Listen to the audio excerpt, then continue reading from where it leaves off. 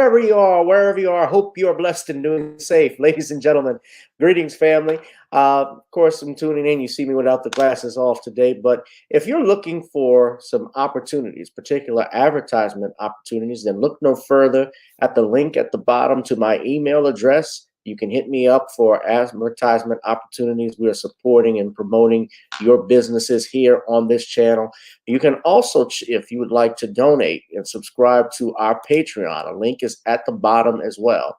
So you have multiple ways in which you can advertise with the platform by emailing me when we go on through our live stream. You also have access to premium content, those that want to see premium content that you will not find here on YouTube or Facebook or Twitter, as I am suspended probably by now. You guys can check out the Patreon at link at the bottom. But advertisement opportunities, definitely email me, gavin.grich1@gmail.com for rates. And for the Patreon, it is the same as the YouTube channel. It is channel gboot2786. All right, I'll holla. Peace.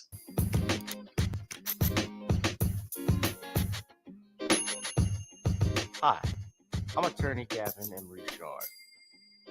Check out my latest book, The Commonwealth of Pennsylvania versus William H. Cosby Jr., The Destruction of Due Process in America. For approximately 2 years now, I have gone on a painstaking quest to investigate the rise and fall of an American icon, Bill Cosby. In the mid-1980s, there was not a star that was higher than Cosby. Advertisements with Coca-Cola, Jell-O, Kodak, along with the #1 television show for 5 straight years in a row.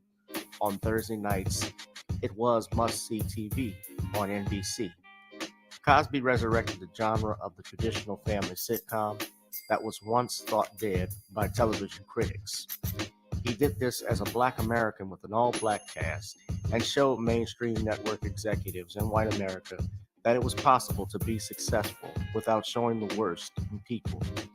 He also demonstrated the power that television had, as it can make younger people dream to be the best that they can be. However, like many celebrity stars, unfortunately, they all come crashing down, sometimes by their own fault, others not so much. In this book, I attempted to highlight certain things. We go in depth into both of his trials in 2017 and 2018, respectively. What if I told you that these criminal trials were politically motivated by an overzealous district attorney?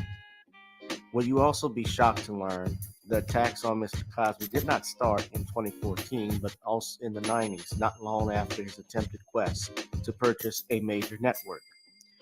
From where did all of these allegations of sexual misconduct come from? Were the accusers telling the truth? In the 2 years of research, with some help from others interested in learning the truth and facts about this case, we discussed both the legal reasons why his prosecution and trial were illegal, unwarranted, and also the possible personal motives as to why this may have occurred. Most importantly, we warn about the dangers of prejudice and why trial by social media, or mainstream media rather, should never be the norm. All this and more in The Commonwealth of Pennsylvania versus William H. Cosby Jr., The Destruction of Due Process in America. Available on Amazon this fall in Kindle and paperback format.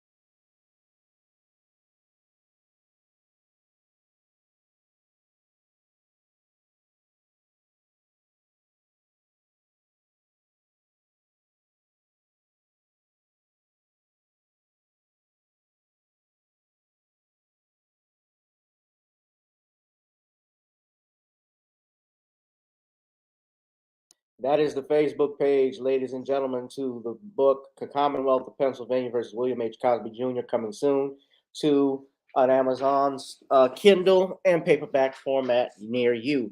Ladies and gentlemen, we're actually going to get ready for the paperback, the release of the book actually sometime this week when, or I should say the pre-order date, that it will be this week, ladies and gentlemen. Uh, I know there's no sound because I wasn't talking there yet. One, who cares? So I was muted for a reason. So I was trying to find this, ladies and gentlemen. But good evening, ladies and gentlemen. If you're tuned in with me, the place to be is right here on Sunday. It is Random Topic Sundays only on channel GBoo 2786 on Gavin Richard, our backup channel, as well as Facebook and on Periscope at Gavin Rich 2786. Whoever you are, wherever you are, I hope you are blessed and doing safe. Ladies and gentlemen, we will be discussing the following this evening, including but not limited to these topics. Number one, R.Kelly hires Jennifer Bonjean, Bill Cosby's appellate lawyer, to represent him and his appeal. More fallout against Judge Regina Chu and the sentencing of Kim Potter. Also, and finally, why the multiracial coalition is dead, ladies and gentlemen. All this and more tonight on channel GBoo 2786.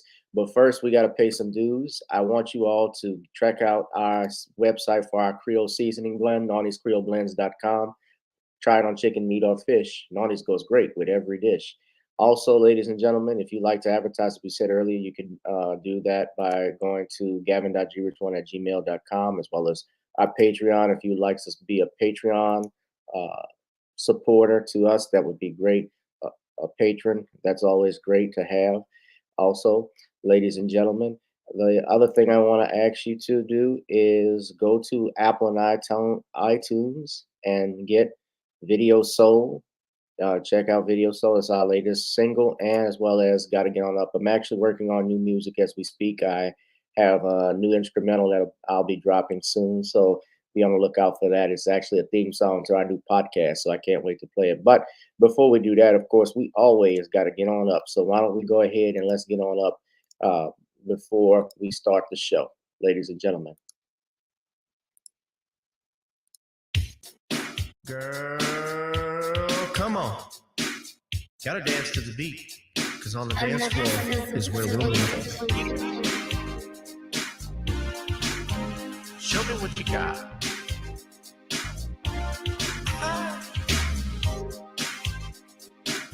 Gotta feel the groove. Feel the groove, get on the floor.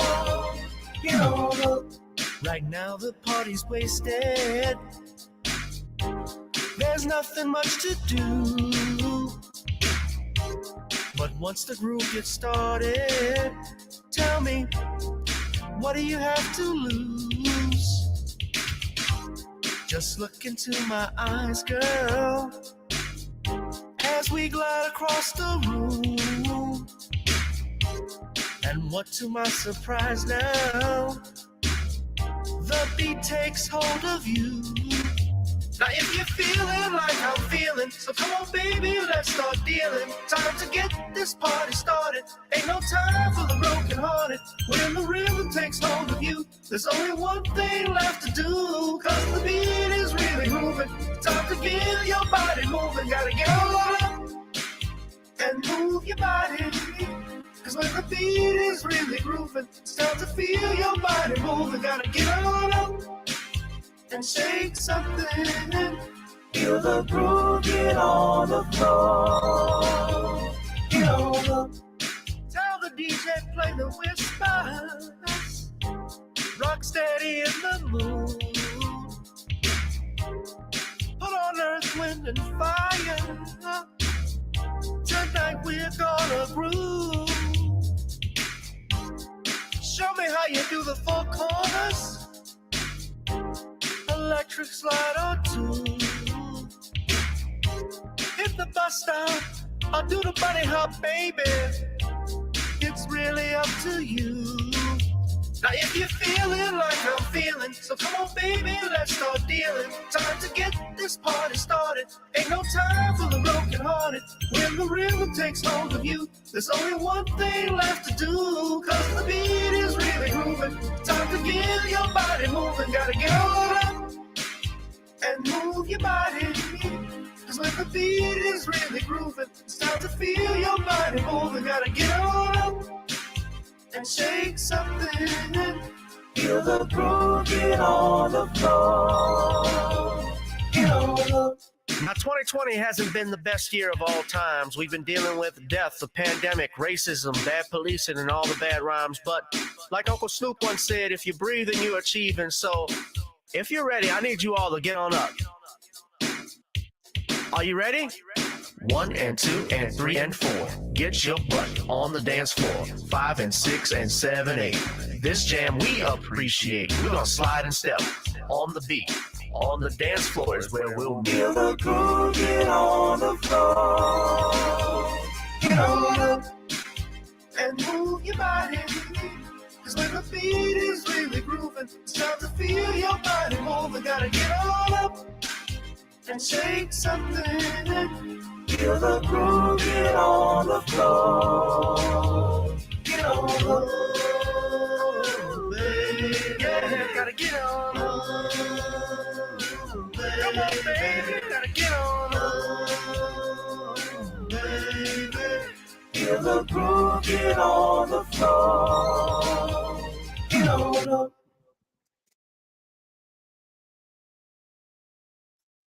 Got to get on up. What's up, everybody? Welcome to another edition of Gavin Reshaw Presents. Salute to you, Derek Bailey.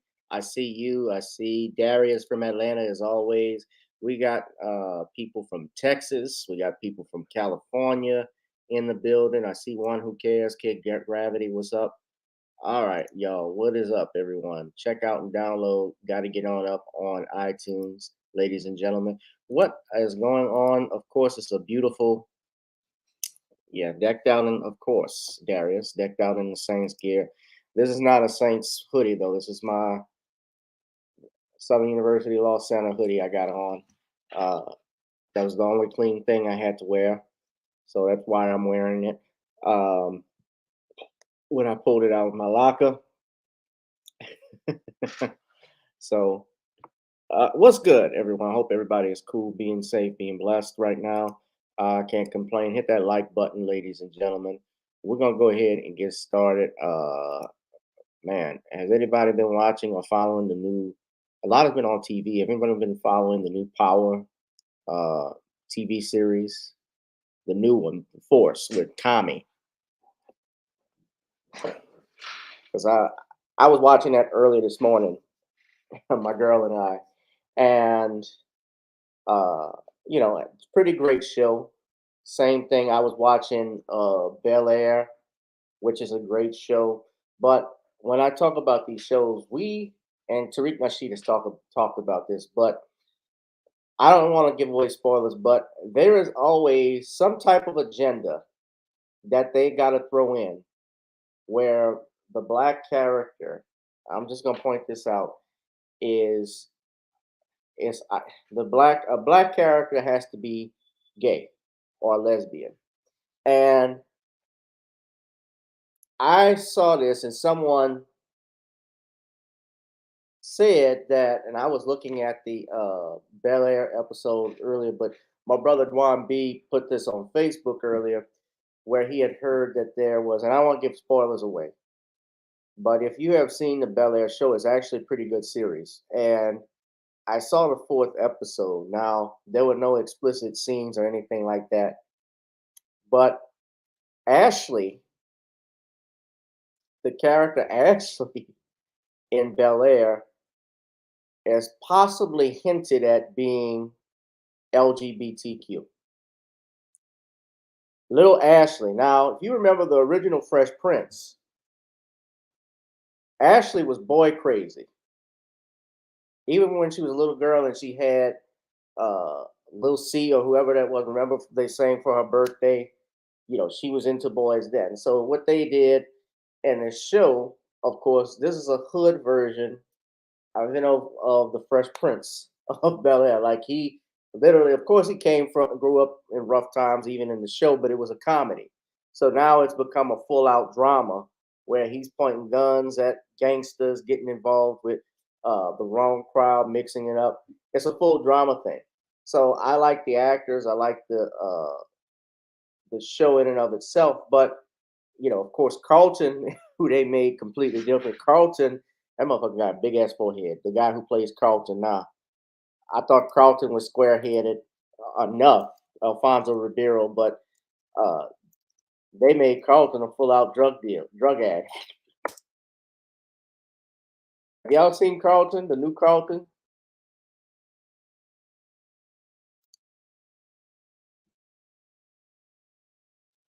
Hold on.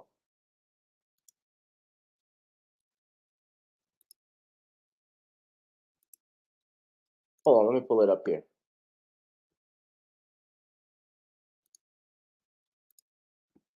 Yeah, they always got to have some type of agenda. So this is the new Carlton.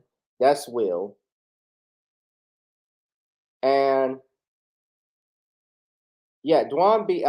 Before I could watch the fourth episode. Dwan B. had stated that they hinted at Ashley, and I had said there was spoilers. Just letting you know, I saw the fourth episode, but it seems like and if you haven't seen it yet, get out the room. Spoilers. But it's hinted like Ashley is gay. And even in Power, with book for Force, the book for Force, I watched Tommy, and it was going good. Tommy, if I don't know if you guys have watched it, but Tommy Egan has a half brother, and this brother is masculine. So he actually runs up on Tommy. Turns out he and Tommy have the same grandmother. Their mother is still the same, and it turns out during the conversation, the dude said, his brother says, I just got divorced from my ex-husband. So it's in Power Book 2 with Ghost, with the character Drew. They have it in Raising Canaan with his cousin Jukebox, who was in a relationship with a white girl. Now they have it in Force, where it's Tommy's brother-in-law. Tommy's half brother. So what's up, MJ Girl 85. I am hoping that there will be a biopic on Michael. They are working on a biopic of Mike. Not that they haven't had biographies of Michael Jackson already with that horrible Man in the Mirror that Flex played Michael. Bad makeup, but The Jacksons: An American Dream was one of my favorite miniseries of all time. One of the best ones that they had on a musical group. Of course, there was the Temptations. Then before that, it was the Jacksons. And then sometime later, they had the New Edition story, which I loved. So that was all great. But let's go ahead and get into it, ladies and gentlemen. So I'm just pointing that out, that they got to have some type of asterisk on. Something's got to be wrong. Some character they got to have that's either got to be, they're either gangsters or you're either gay. It's one of the two. You sell drugs, you're a drug addict, you're a gangster, or you're gay. Even the black lawyers on Power ain't shit. Now, having said that, let's go on and go to our first topic. More fallout over Judge Regina Chu and her light sentencing of Kim Potter. Now, for those who recall, Kim Potter is the woman who shot and killed Dante Wright in a scuffle out in Minneapolis, Minnesota. Wright was going into his car trying to flee the scene where he had a warrant for his arrest that was out for failure to show in court. And of course, this all started from a pretextual stop over tags and his air freshener hanging over his mirror. Now, Potter was convicted on first-degree and second-degree manslaughter, which first-degree manslaughter carries a maximum sentence of 15 years, whereas second-degree is 10 years. Now, in the state of Minnesota, judges can deviate from the sentencing guidelines if they choose. And this judge completely deviated from the sentencing guidelines in her ruling. So this is, we have here a video from WCCO CBS in Minnesota, where demonstrators moved to the judge's presumed residence after her light sentencing. Cries of outrage tonight over the sentence handed down to the ex-police officer who killed Dante Wright. A jury convicted Kim Potter of manslaughter after she shot Wright during a traffic stop last spring. Sentencing guidelines recommend about 6 to 8 years in prison for that crime. Today, Judge Regina Chu gave Potter a 2-year sentence. With time served, she could be out next spring. The former Brooklyn Center police officer said she meant to use her taser when she mistakenly shot Wright. She faced his mother in court today before the judge made her decision. Dante's smile was genuine and big, just like his dreams. She took our baby boy with a single gunshot through his heart. She shattered mine. My life and my world will never, ever be the same. Katie, I understand a mother's love, and I am sorry I broke your heart. My heart is broken for all of you. I pray for Dante and all of you many, many times a day. Officer Potter made a mistake that ended tragically.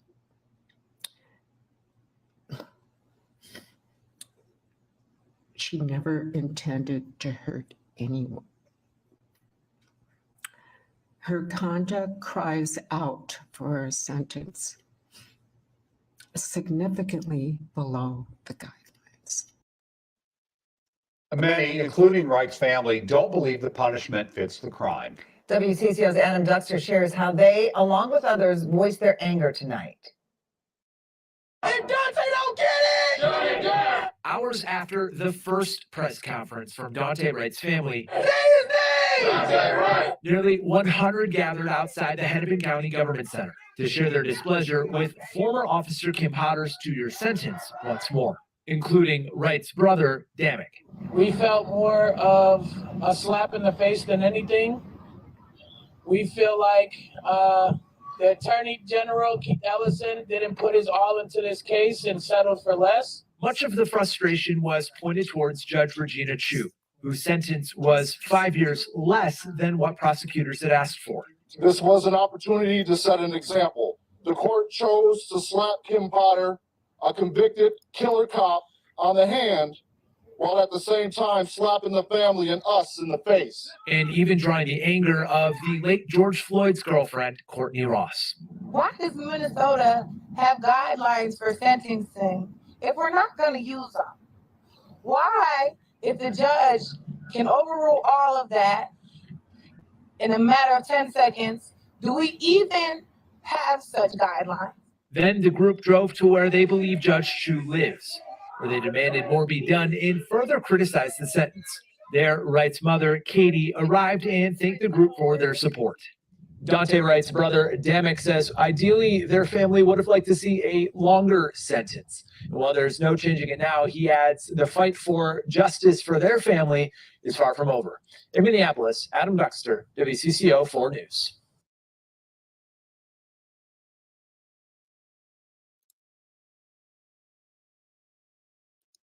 Kim Potter, the former Brooklyn Center, Minnesota police officer convicted of manslaughter in the shooting death of Dante, referring a lot to the fact that this was a mistake and that it's undisputed that Kim Potter did not intend to kill Dante Wright. But she was convicted of manslaughter 1 and 2, which don't indicate an intent to kill. So why was that such an important point to bring up? And how was this case so unique compared to other manslaughter cases?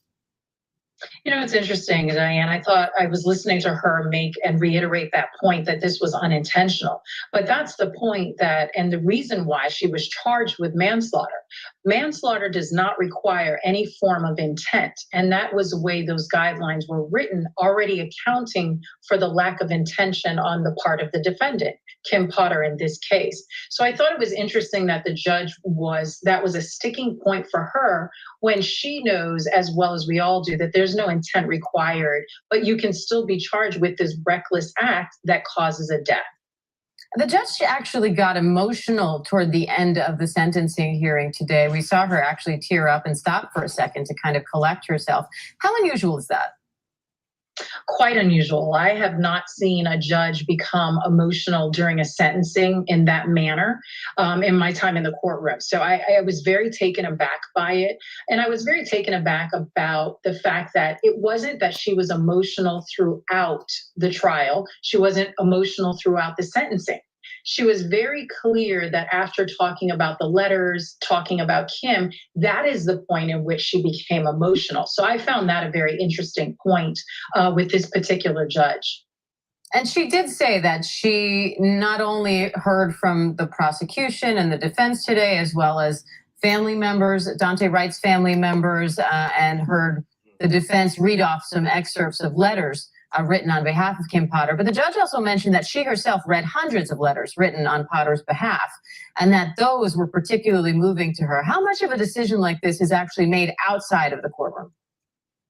You know, we have to remember, and this is why it's very important to exercise your right to vote or to be involved in the political process, but these judges are individuals, and things like that can affect a judge when they come down to sentencing. And judges do have that level of discretion, and they can make those type of impacts on our judicial system. So hearing this judge talk about all of the things that impacted her, the letters that came and that it impacted her so significantly, she brought up the other trials that have happened.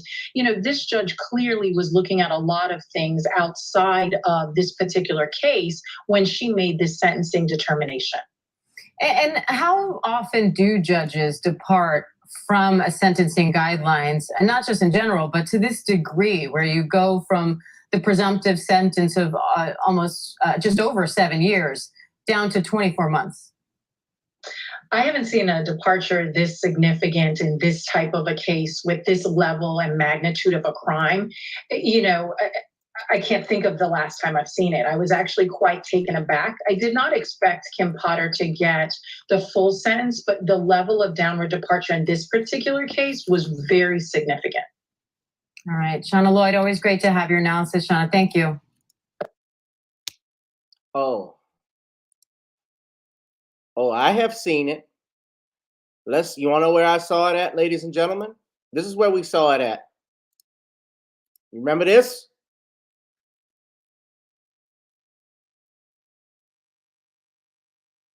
Latasha Hollins, a 15-year-old shot in the back of the head by a 51-year-old Korean American grocery store owner, Sung Ja-do. The judge sentenced Du to 10 years in state prison, but the sentence was suspended, and the defendant was instead placed on 5 years probation with 400 hours of community service, $500 in restitution, and funeral expenses.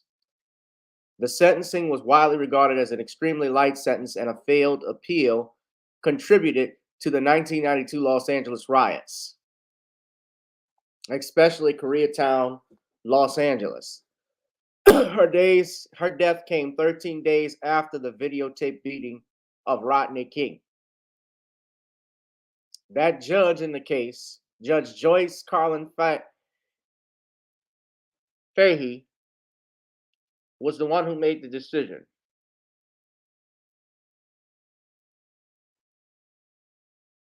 The district attorney of Los Angeles, Ira Reiner, was so incensed with that sentencing that he asked his deputy attorneys, district attorneys, to bar Judge Carlin from trying cases by invoking a statute to remove a judge for any reason. In justifying his directive, he said this was such a stunning miscarriage of justice that Judge Carlin cannot continue to hear criminal cases with any public credibility. They led protests outside Carlin's home and the Compton courthouse. It was pointed out by protesters that week after Latasha Hollins' death, a Glendale man received a more severe sentence than due for kicking a dog.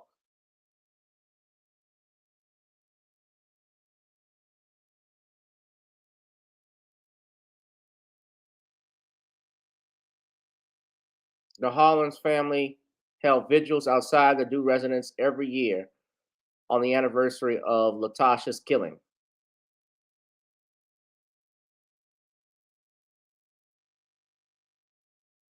Denise Hollins interrupted an award ceremony at the Biltmore Hotel in Los Angeles for Dew defense attorney Charles Lloyd. Carlin and Dew's son also attended the ceremony. All you people sitting applauding over a child killer, Harlan jailed. Latasha was defenseless. She did nothing. She did nothing wrong. She didn't do nothing, excuse me. After Denise Hollins was removed from the ballroom, Carlin gave a speech stating, "There are those in the community who demand that we define justice by what is politically correct. I think that we must unanimously reject such demands. What's politically correct today may not be politically correct tomorrow or the next day. But what is justice today is justice always. I, for one, am sick and tired of less than 5% of this community trying to tell the rest of us what to do, what to think, and what to say." We know what Carlin, what community she was talking about. And trust me, it wasn't over no political correctness, guys. What's up, Bossa Queenie? She was smiling. And look at, I want y'all to look. Brother Harvey had this up too. She's smiling. Now look at this picture versus. Now look at that. Now that's her on the stand when she's trying to cry like Goldilocks and the Three Bears, and this is the mugshot that she took recently.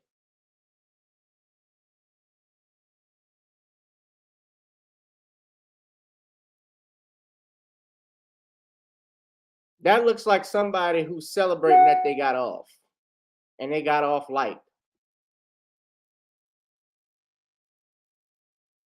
That's why some of you who are out there doing the Stop Asian Hate, you look like a damn fool. Because Judge Chu, and yes, it is her right to deviate from the sentencing guidelines, but she said, consider Ms. Potter's situation.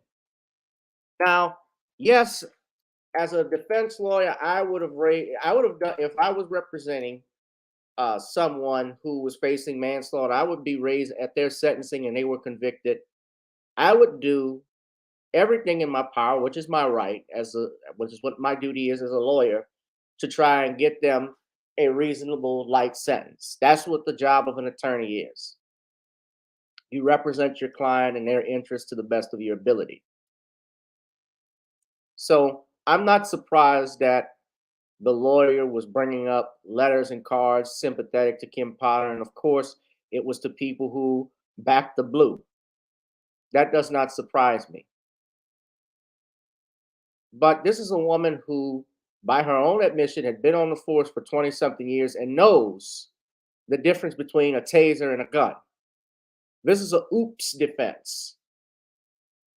And Judge Chu, I'm going to read further what she said. This is coming from theinsider.com. This is what she said. That I granted a significant downward departure does not in any way diminish Daunte Wright's life. And to those who disagree and feel a longer prison sentence is appropriate, as difficult as it may be, please try to empathize with Mrs. Potter's situation. Chu became emotional and teared up throughout the sentencing. Officer Potter made a mistake that ended tragically. She never intended to hurt anyone. Her conduct cries out for a sentence significantly below the guidelines. Well, as you heard the attorney that just spoke, it doesn't matter that she didn't intend to. She was convicted on a manslaughter charge. That was the purpose of manslaughter. If you killed someone, yeah, we know you didn't intend to do it, but because you took someone's life, you are going to get this sentence. Yes, you're not going to be in prison for life, and I wasn't expecting her to get 20 years in jail or anything like that, but I certainly thought maybe 7 or 8 years would have been sufficient credit for time served, but they did not do that. And Judge Chu stayed on code. The family said Judge Chu was swayed by white woman's tears. And she's crying. And now, You know, as I stated before, with judges, they're supposed to be careful about their conduct on the bench. She's showing emotion. Judges have to remain emotionless, not do outbursts when things like that happen. But we all are human. Wright's family and attorneys angrily condemned Chu for going well below prosecutors' recommendations. They pointed out that a black former officer convicted of shooting a white woman in 2017 in a different Minnesota case got no such mercy, despite his expressions of remorse. They're talking about Muhammad Moore. I remember that.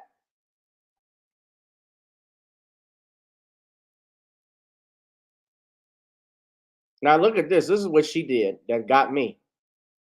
To those who disagree and feel a longer sentence is appropriate, as difficult as it may be, please try to empathize with Ms. Potter's situation. Look who she's quoting now. Hold on. Whoa, look who he's quoting. Your president. As President Barack Obama said, learning to stand in somebody else's shoes, to see through their eyes, that's how peace begins.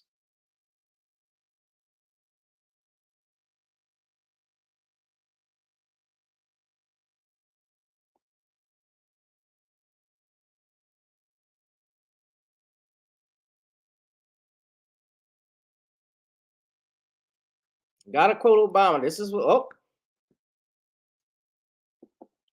exactly. This is another reason most don't want to serve. Well, they don't want you to serve jury duty. If you get a notice to serve on a jury, please do so.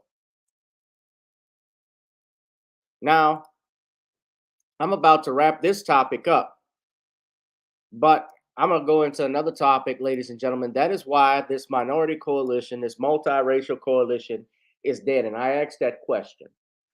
Tariq Nasheed talked about it this past Friday or Thursday with regards to this trial. And I'm going to talk about it, why it's dead. Now, I want to share with you this article from NPR and tying that in with this case. This is, I don't know if you know who this is, but that is George Takei. George Takei is Mr. Sulu. He's best known for playing Mr. Sulu on Star Trek, the original Star Trek series. Now, George Takei is a Japanese American. He's also an LGBTQ activist, and that's another story. And he, of course, was born, I believe, sometime in the 1930s. So he's in his 80s. And he testified back in 1981 when Ronald Reagan was president before the Commission on Wartime Relocation and Internment of Civilians in California. What they were doing essentially was beginning the case for reparations for Japanese Americans that were put in concentration camps and relocation camps, I should say, relocation camps. Let me correct myself. They were put in relocation camps in California and other places after the bombing of Pearl Harbor, because, as you know, the Japanese bombed Pearl Harbor, and so many Japanese Americans, Asian Americans, were targeted for discrimination, and they were forced to relocate to different areas of the country in camps, internment camps. Now, FDR signed an executive order 9066 that sent 70,000 United States citizens into internment camps for years. And Takei spoke about reparations, and he says, quote, they strengthened the integrity of America. But he recalled that time when he was 5 years old and held at gunpoint out of their own home. I believe he was living in Arkansas at the time. So they end up going to the Roweir War Relocation Center in Arkansas, then later the Tool Lake Segregation Center in Northern California. And they were among thousands of Americans who lost their homes, farms, stores, cars, churches, temples, and countless belongings because of xenophobia and racism. And let's point that out right there. xenophobia, and racism. Some people have had their life savings taken from them just because we looked like the people who bombed Pearl Harbor. And collectively, the Japanese Americans forced into internment camps lost more than $6 billion adjusted for inflation, according to the estimate from the Commission on Wartime Relocation and Internment of Civilians.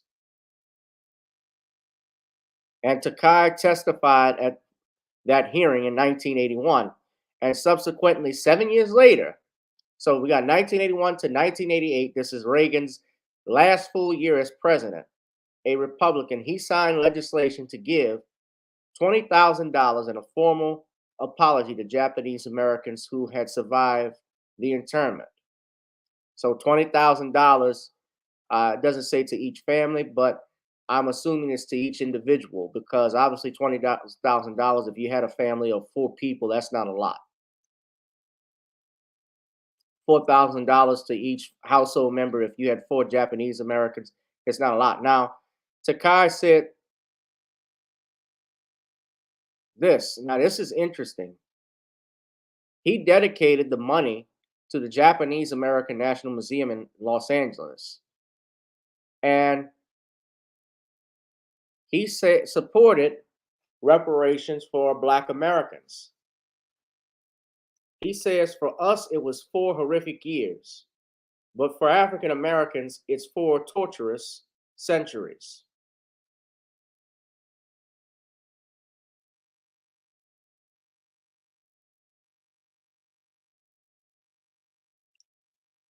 And Andre Perry, a renowned scholar of reparations and a fellow at the Brookings Institute, said Georgia is exerting a level of patriotism that we don't see today. You can be of a different persuasion, but share a common cause, a common purpose. I may not be related to you, but civically, I'm your brother, I'm your sister, I'm your friend. If he were around, I'd give him a big hug. That coalition. Now, even a broken clock can get the right time at least once in a day. Now, I agree with George Takai. And George Takai is admitting that African Americans have gotten a bad rap in this country far longer than he as a Japanese American. And you're talking not only about, they talk about the relocation of the Japanese to these internment camps, but what about the relocations, not just from Africa to the Americas where families were broken up, and of course with children even born from slaves that were sold into to another family where they were separated. But let's not forget the lands that many African Americans owned after slavery that they were forced to sell by threat of violence, use of force, by fraud, forgery, all types of crimes. Murder was even part of it as well. I have family members that owned a large tract of land out in Westwego, Louisiana. Now, those that don't know, that's across the West Bank. In that area, I had family members, ancestors, who my grandmother's side of the family, they had controlled part of that. And the whites took it over. They took it over, did not offer them any compensation, nothing. My grandfather actually tried to encourage them to fight. And of course, they didn't. Some of us are too scared to fight. But you see, they fought for 7 years to get that.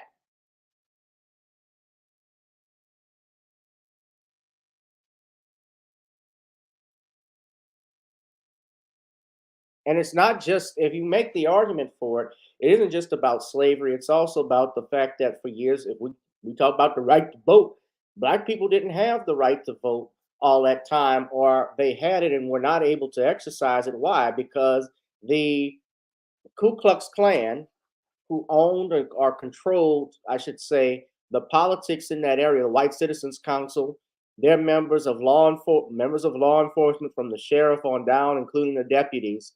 When Blacks would try and go and vote, they would use threats of force or violence against them. Yet they paid, I'm talking about our Black Americans, paid taxes, property taxes, sales taxes, whatever, in those counties, and yet we're not allowed to vote. So the way that I remember history is the American Revolution started because taxation without representation was illegal and unethical. And so that is how the Boston Tea Party started, where they dressed up as Native Americans and started tossing the king's tea into the water, and revolution began. Of course, since we're talking history and it's Black History Month, the first man to die in this American Revolution was Crispus Attucks, a Black man. The poll tax stopped them from voting as well. That's right, DeAndre. Absolutely. But tying it in with that and Regina Chu, and you just heard it, I didn't know this, but that man, Mr. Andre Perry, who was talking this, I'm your brother, I'd give you a hug. Please stop it. You haven't heard, I have not heard members of the Asian community come out and condemn Peter Liang for killing Akira Gurley back in New York. In fact, when Akira Gurley was killed and Liang was sentenced, they actually got to the prosecutor, who was a Black man, and made sure that Liang got a light sentence. He murdered and he killed somebody. He was charged and convicted on manslaughter.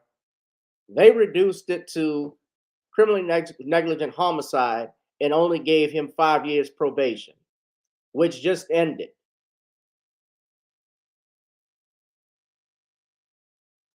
Now they got a lawsuit pending against the police department and the city of New York. But I want you to read this. He said, the conviction galvanized the Chinese community in New York City and across the United States. Many felt that Liang was being used as a scapegoat, and Chinese Americans organized rallies in major cities via WeChat, Facebook, Twitter, and email.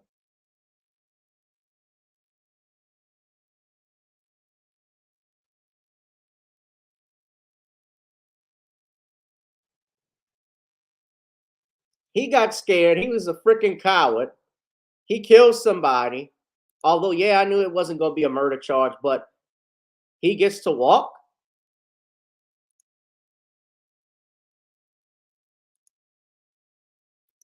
And that's a coalition.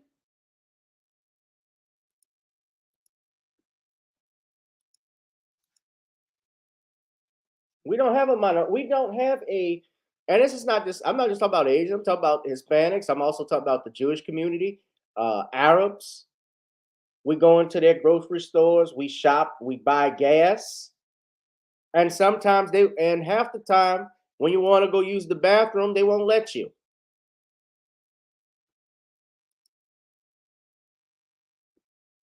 I've been in stores where I've been followed because they thought I was going to do something.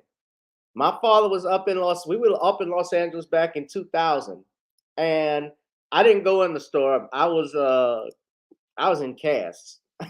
We actually drove from New Orleans to LA. That is a long ass drive, over 3 days.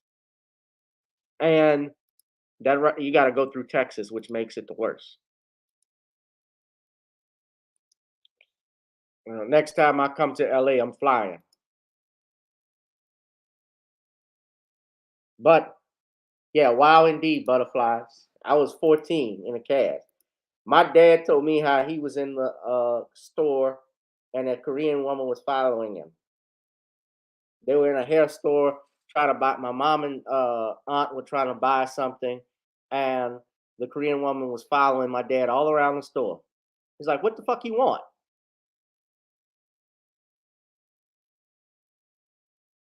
Oh, I want to see if you need anything.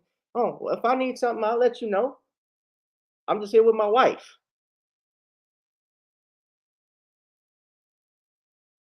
You go to the gas stations, the Arabs that won't let you use the store, won't let you use the bathroom. You're buying $40 of gas, and you said, "Oh, buddy, you can't use the bathroom. Bathroom is for private use only." My father even asked the guy, he's like, "So what you do? You shit in a bucket back there?" Man was like, "Ooh, no."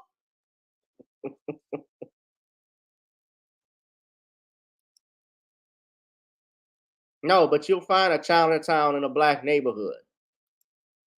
You're gonna find that's something. If you look, it's every store. Just look at look at every city, every major city. There's a ghetto, and in every ghetto, there's a grocery store owned by Arabs. There's or a Korean store owned by Arab, or a gas station owned by Arabs or Koreans. A hair supply store is owned by Koreans. Jewish groups, they don't necessarily have things in our communities, but, and this is just real, this is not hatred I'm giving, I'm just spitting facts. They control a large part of the entertainment industry, the managers, the accountants, the lawyers. I mean, that's true to a degree. The moguls, that's not hate I'm talking about. I'm not being anti-Semitic. I'm just spitting facts. You look at the great black artists that we had, their managers like Jackie Wilson, Sam Cooke, Chuck Berry, and others. They had Jewish managers, and it's not an indictment on the entire Jewish community, all Jewish people, but the few that I knew, the main ones like the Allen Kleins and the Morris Levy, they were crooked. Jackie Wilson's manager. Jackie Wilson's manager at the time, who worked with Brunswick Records, his name was Turnipole. I mean, he got charged with all types of tax evasion stuff, putting his name on songs he didn't even write, and Jackie died broke.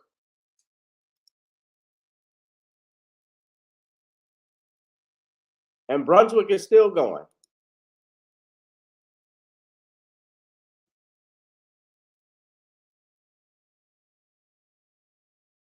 Many of us didn't know the game. Little Richard got screwed over.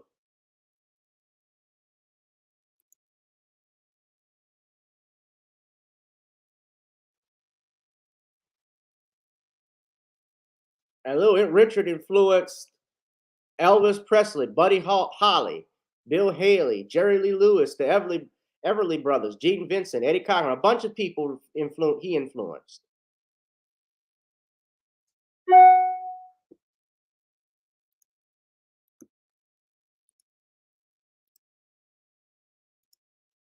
Oh, indeed, yeah, right in New Orleans East, right off of Chef Mantour Highway, going further back this way.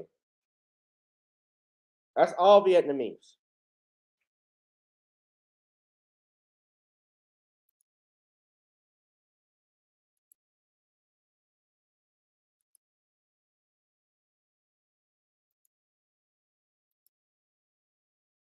This is not hate. I'm spitting facts. Have I said anything hateful? Let me know. I know I haven't. I'm spitting facts.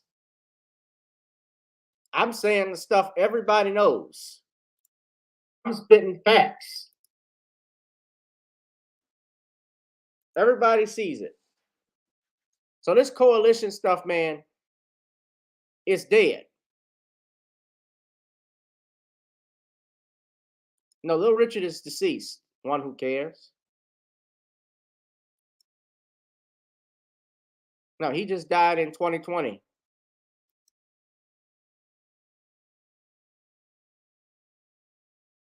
No, it's not hate. And I'm not just speaking about the Jewish community. I was talking about a whole bunch of people. I said Arabs, I've said whites, I've said Hispanics, I've said Asians. Remember, there was a Hispanic leader who said, let the Negro handle his own problems.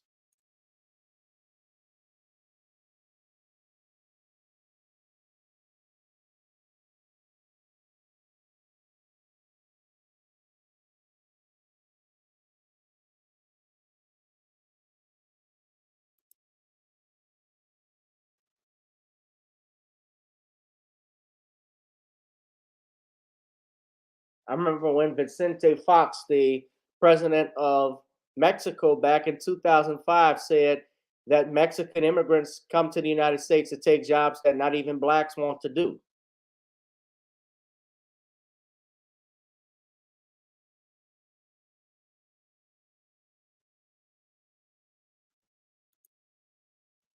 Who was the leader that said that? The Hispanic leader said the Negro should handle his own problems.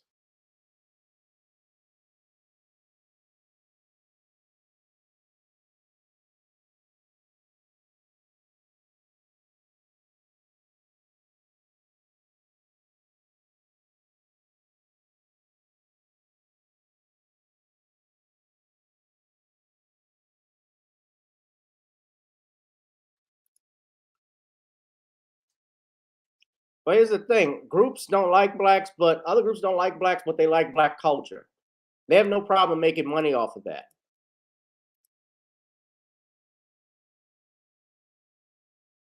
Hit that like, share, and subscribe button, guys. I'm going to end on that topic, but I'm trying to find who that leader was. But I've seen the meme going around and the quote. If you know who that leader is, let me know before we get off, because I'm going to move into our next topic in a second. Now,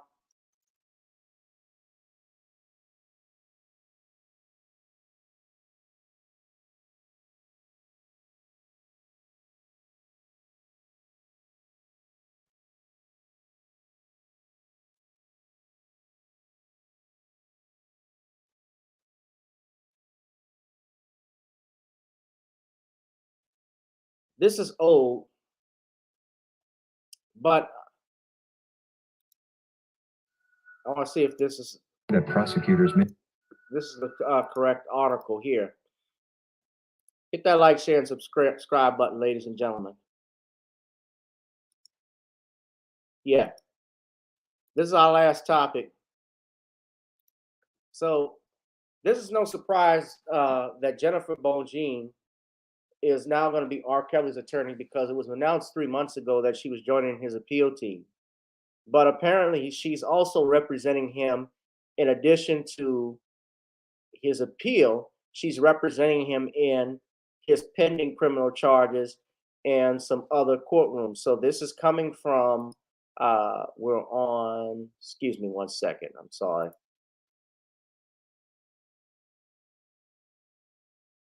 She's taking on Kim Potter, the former Brooklyn Center, Minnesota police officer convicted of manslaughter in the shooting death of Dante Wright.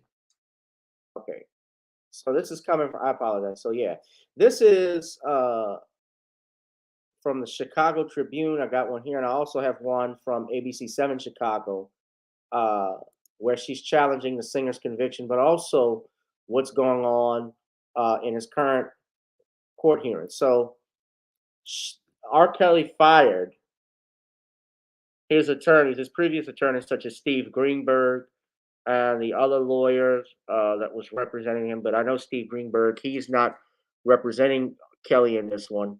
But now Jennifer Bonjean is taking over. So this is coming from ABC 7.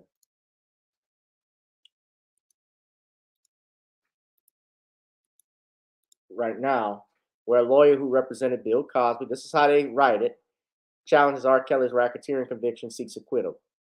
The 55-year-old singer is facing 10 years to life sentencing scheduled for May 4th.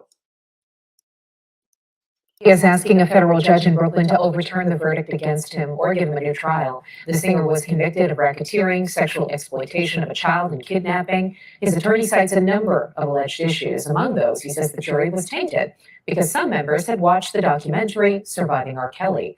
Kelly faces 10 years to life in prison when he's sentenced May 4th. Okay, so that's just one video. So Kelly is now represented by Jennifer Bonjean, the attorney who helped actor Bill Cosby in his successful bid last year to have the Pennsylvania Supreme Court overturn his sexual assault conviction. Her legal career began in Chicago. So Bongine is licensed in Illinois and New York, if I'm not mistaken.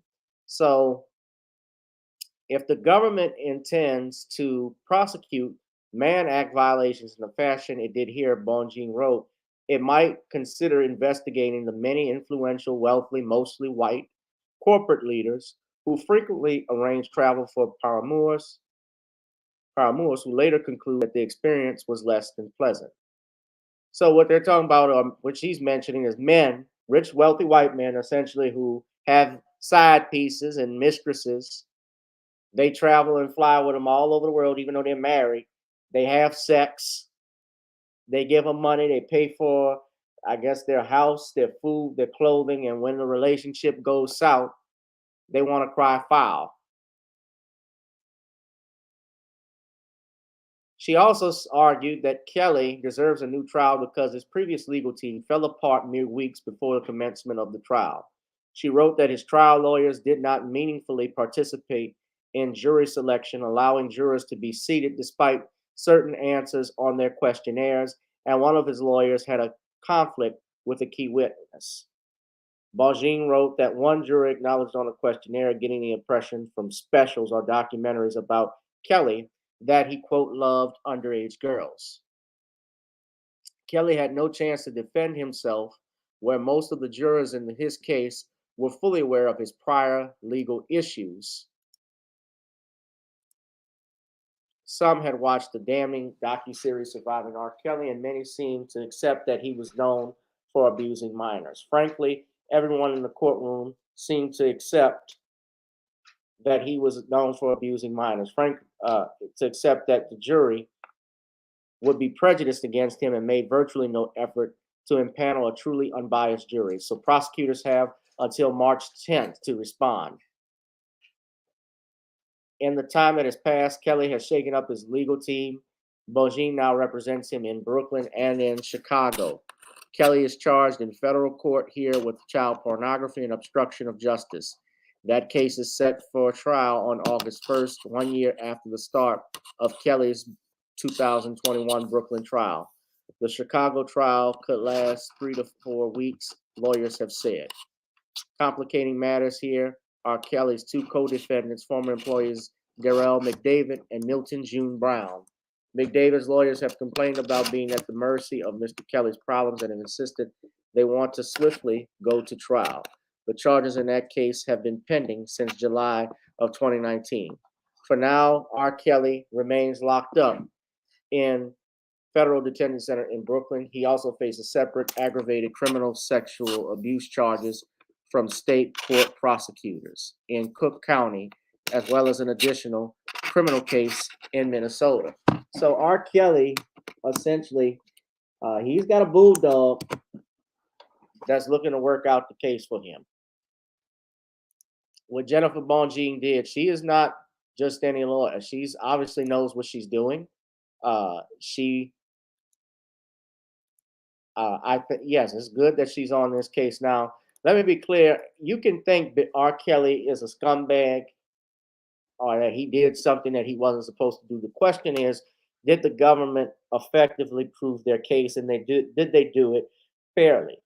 And let's not forget, she was actually on on that bootleg news channel with your Yodit Total, and I know Yodit actually through Facebook, and I don't hold anything back. I didn't like how, of course, Yodit, you could tell, was biased in her reporting because she came in to represent R. Kelly, and also we know how they feel about Bill Cosby being acquitted. And this is a black news channel, ladies and gentlemen. Now just watch a little bit of it. New York-based attorney Jennifer Bonjean has made a name for herself by taking on high-profile yet unpopular clients. She famously represented Bill Cosby on his appeal before the Pennsylvania Supreme Court concerning his 2018 sexual assault conviction, which ultimately got overturned, and Cosby walked out of prison a free man. Now she's taking on a new client, R.Kelly, who was convicted in September of sex trafficking and racketeering charges and currently faces life in prison for those crimes. Joining me now is Kelly's new legal counsel, Jennifer Bonjean herself.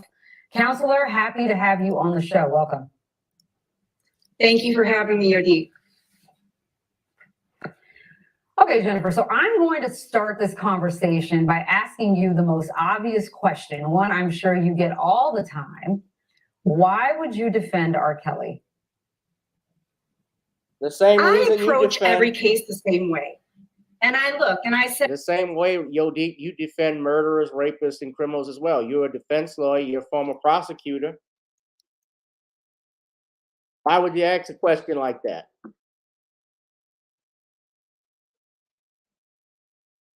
You're a criminal defense lawyer. say, has there been a miscarriage of justice? And in my mind, a miscarriage of justice occurs when the government oversteps, when they overreach, when they violate someone's constitutional right to a fair trial. And then I ask myself, is there anything I can do about it? Can I possibly get this individual some type of remedy, some type of relief? And when I looked at R. Kelly's case, I found that both of those things were true.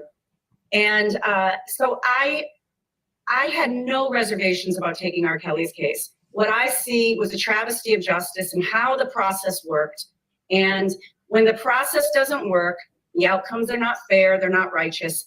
And as a result, I took R. Kelly's case. And I pass on cases, but this is a case that I felt satisfied both of those requirements. And that's because you think that the government abused the RICO statute in order to get around issues of statute of limitations, right? And so for people who may think I'm talking legalese here, there were accusations for decades against R. Kelly. Those accusations, cases, whatever it may be, were old, and so they couldn't be tried in a court of law. But to get around that, prosecutors use this statute, the RICO, which most people would associate with like big drug lords, to get around that in order to get R. Kelly on these charges. That's what you're talking about when you're talking about a miscarriage of justice, correct? I mean, it's more than that. First of all, the government could have charged R. Kelly along many years ago, many times over, with whatever crimes they believe that he committed. Now, they didn't do that many times. We know there was a case back in I think in the mid-aughts out of Cook County, and he was found not guilty of that case. But the government could have brought charges, and they chose not to for whatever reasons. And now they have brought charges against him under the RICO, which, yes, was designed to get at criminal enterprises, mafia, large drug operations run by gangs. And they are doing that, yes, to plead around the statute of limitations, but even more problematic in my mind is they use this statute in order to overwhelm the jury with other crimes evidence or other bad act evidence. It doesn't even have to be another crime. So really what they're doing is putting someone's life on trial. And that ends up being not really a fair fight. It's one thing to defend against a specific charge, that is fair. But when you bring in these crimes, these alleged crimes under the RICO Act, you're really putting someone in a position where they have to defend 30 years of their entire life. And that, I think, is not a fair fight, because it doesn't give, you don't have fair notice on what they're coming at you with.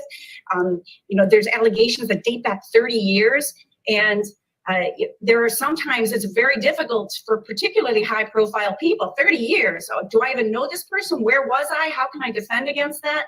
So it's not a fair fight. And then they brought claims under the Mann Act. And the Mann Act has been historically problematic, and it was no less problematic in this case as well. I believe that the government misused those statutes in order to gain convictions against R. Kelly that were not fair. And there's much that the jury didn't hear that they should have heard.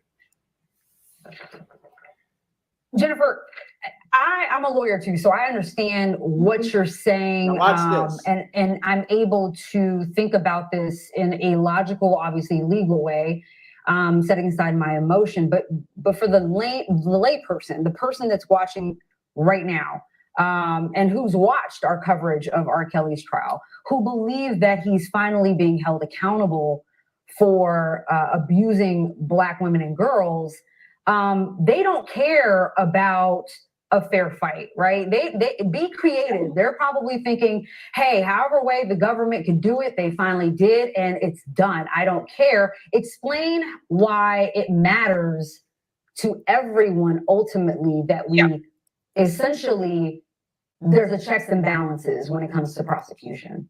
Yeah, that's right. And I can appreciate that there's emotions that run high and people don't necessarily value how the government goes about getting what they consider to be justice. But when the government runs amok, right now it's R.Kelly, tomorrow it's somebody else. And maybe it's someone you care about tomorrow. Maybe it's a loved one of yours.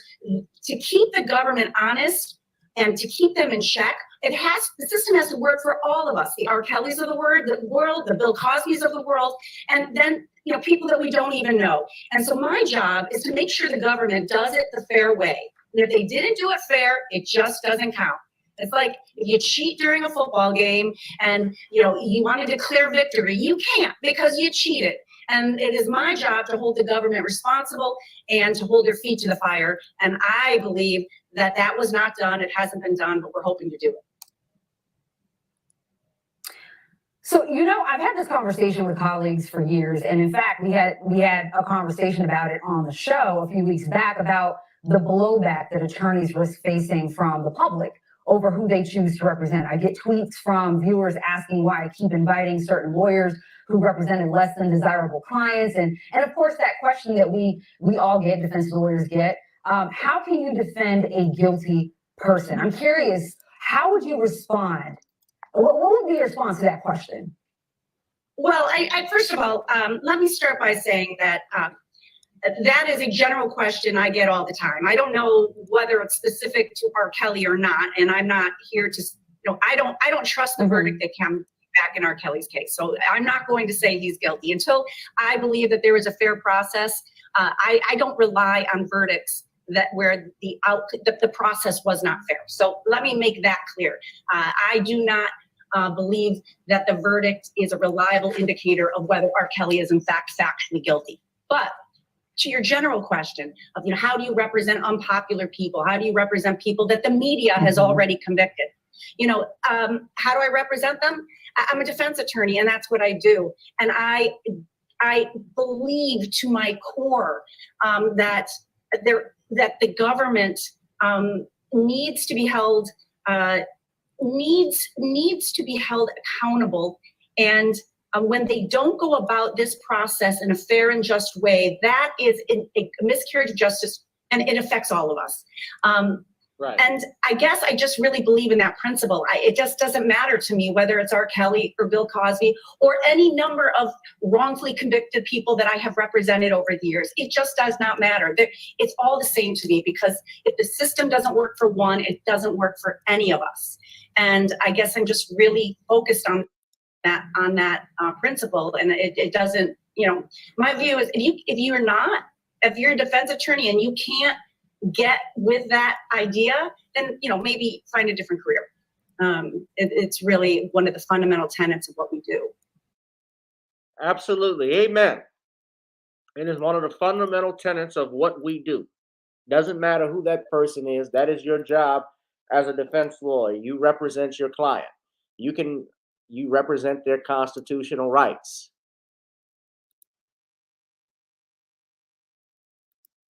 Well, Jennifer is not a prosecutor. Prosecutors are the ones that bring charges, so she couldn't work on Emmett Till's case. Well, that's the thing, computer robots. She is the new lawyer. She is doing a good job. The other two attorneys that he had representing him have stepped down and withdrawn. Remember, even before his trial, those lawyers stepped away from the case. So two of R.Kelly's defense lawyers withdraw in shakeup just months before trial. This was an ABC News story. Concerns will not get R. Kelly out of jail. A judge yesterday denied the singer's request to be released temporarily. Kelly is worried he may contract the virus while locked up. The federal judge said Kelly didn't prove he's in a high-risk category. Kelly is being held without bail in Chicago on child exploitation. So Steve Greenberg and Michael Leonard filed a request to withdraw from the case on Monday. This is from June of 2021. And just recently, Jennifer Bonjean, of course, is taking over. So what do you all think of Jennifer Bonjean? Of course, she was Bill Cosby's lawyer.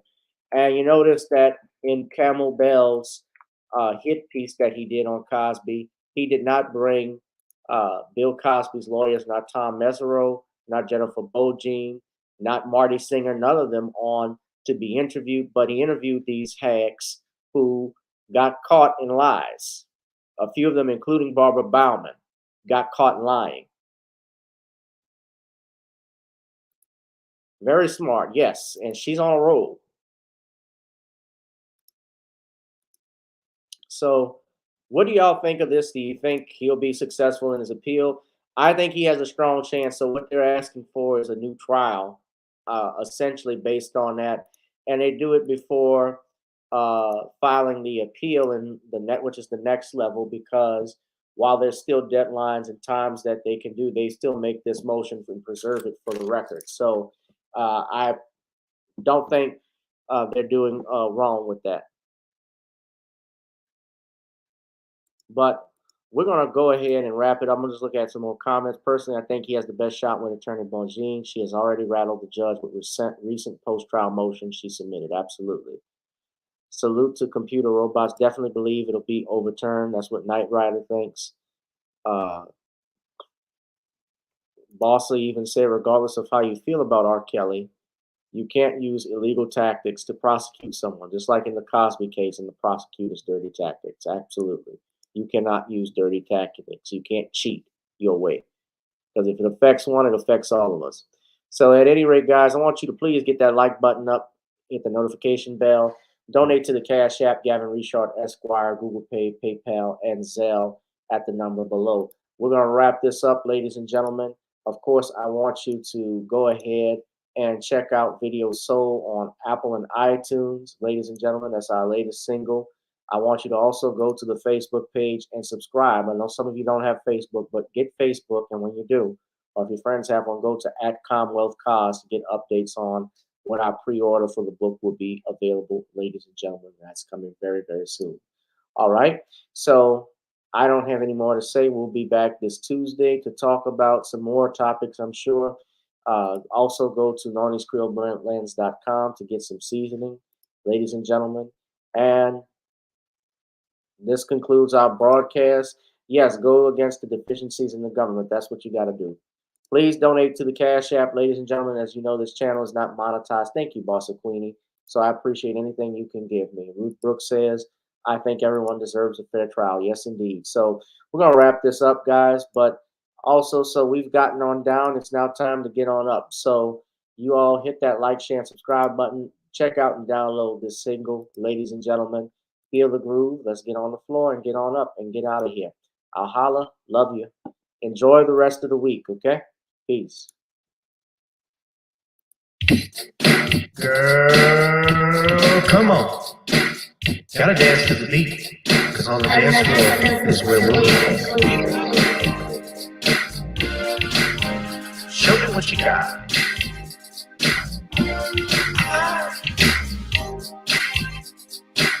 Gotta feel the groove. Feel the groove, get on the floor. Get on up. Right now the party's wasted. There's nothing much to do. But once the groove gets started, tell me, what do you have to lose? Just look into my eyes, girl, as we glide across the room. And what to my surprise now, the beat takes hold of you.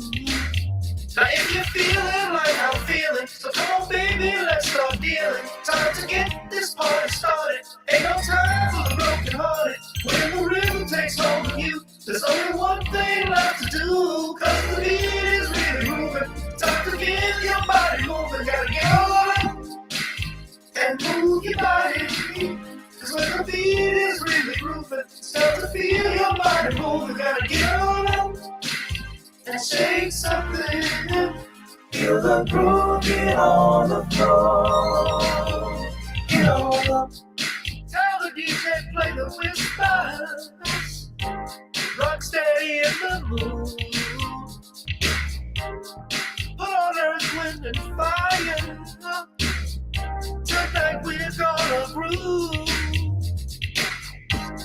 Show me how you do the four corners.